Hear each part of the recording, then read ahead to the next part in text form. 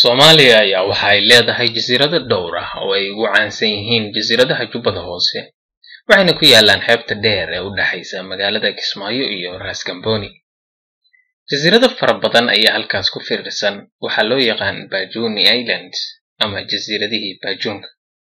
Waxaa dega qowmiyadda Bajunta oo ku hadla lahjad Sawaaxili ah. Jasiiradahan qaarkood si joogto ah ayaa loo degan yahay. Waxa keenay inay Soomaalidu aysan degin jasiiradaha iyadoo aan ognahay in Soomaalidu tahay qowmiyadda ugu dhulka ballaaran Geeska Afrika. Soomaalidu waxay u badan tahay xoolo dhaqato oo ay dhulka daaqa ay isku faafiyaan, laakiin jasiiradaha waxaa dega dadka kalluumaysatada ah.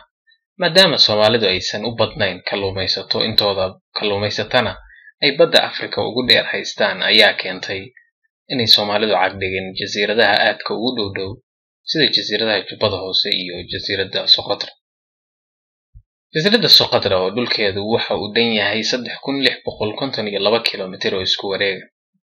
Socotra waxa ay ka kooban tahay 6 jasiiradood, 3 ka mid ah waa lagu nool yahay, 3na laguma noola ama laba degana. Jasiiradda ugu weyn ee la dhaho Socotra ayaa waxa ay u jirtaa Yemen 380 kiiloomitir. Gobolka Barina waxa ay u jirtaa 240 kiiloomitir. Socotra ayaa waxaa xukumaysay 300 oo sano saldanad lagu asaasay gobolka Mehra ee Yemen, magaaladiisa Kishin. Sanadii 1488 miilaadiga, saldanadaas ayaa u soo guurtay jasiiradda Socotra markii ay dagaallo dhex mareen saldanooyin kale oo ka jiray gobolka Hadramaut. Socotra caasimadeeda Hadibo waxaa ku nool dad lagu qiyaasay 12,000 oo qof. Waxay leedahay secondary school, waxaana farac jaamacadeed ku leh jaamacadda Hadramaut. Dadka degan jasiiraddan ayaa waxay yihiin Mahra ama Maheriga oo asalkoodu yahay koonfurta Yemen oo ku hadla luqad u gaar ah oo la dhaho luqadda Socotra.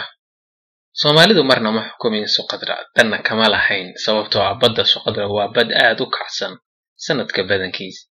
Soomaalidii dariska la ahayd waxay haystay bad degan, xoolo badan, meydi iyo waxyaalo kale. Waana sababta koowaad ee keentay inay Yemeniyiintu gacanta ku dhigaan jasiiradahaas. Sababta labaad ayaa ah gumaysiga Ingiriiska oo gacanta ku hayay Socotra oo uu ka xukumayay Cadan. Markii uu gumaysigu ka tagay oo ay xornimada qaadatayna, waxa ay ka mid noqotay Yementii koonfureed.